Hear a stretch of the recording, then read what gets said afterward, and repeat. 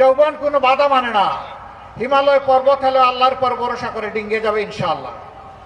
আমরা পিছনের দিকে কামড়াকামড়ি করব না, পিছনের সকল ঐতিহ্যকে আমরা ধারণ করে সামনে এগিয়ে যাব ইনশাআল্লাহ। এই যুবকরা তো আমাদের কাছে মিছিল করে এসে দাবি করছে না যে আমাদেরকে বেকার ভাতা দিতে হবে। এই যুবকদের হাতকে, যুবতীদের হাতকে ইনশাআল্লাহ আমরা দেশ গড়ার মজবুত কারিগরের হাতে পরিণত করব ইনশাআল্লাহ। হাতে হাতে তাদের কাজ তুলে দেব, সম্মানের কাজ। তারা সেদিন বলবে আমি বাংলাদেশ। বাংলাদেশ কি আমাকে দেখে চেনে নাও, চিনে নাও। আমরা সেই গর্বিত যুব সমাজ গড়তে চাই। আরেকটা কথা একেবারে সাফ, আমরা এই বাংলাদেশটা যুব সমাজের হাতেই তুলে দিতে চাই। কে যুবকরা নারাজ নাকি? কেউ জবাব দিল না যে। হ্যাঁ, কেমনে জবাব দিবে? এতক্ষণ ধরে মিটিং, আর তার উপরে আবার সূর্যের তাপ, এটা আবার মাঘ মাসে, শক্তি কি আর থাকে?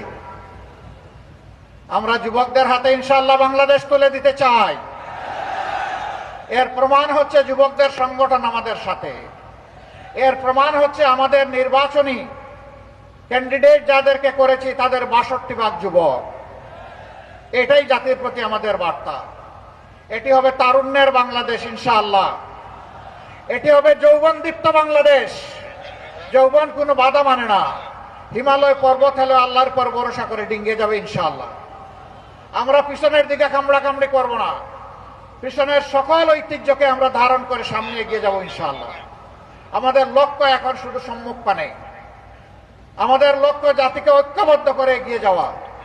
এই জন্য দলের ভিতরে দলকে হজম করার এই নীতিতে আমরা বিশ্বাস করি না। আমরা দলকে তার সম্মানের জায়গায় রেখে যার যার প্রতীকে 11টি দল নির্বাচনে আমরা অবতীর্ণ হয়েছি। আর আমরা ঘোষণা দিয়েছি প্রতীক যেখানে যেটা পড়বে ওইটাই আমাদের সবার প্রতীক।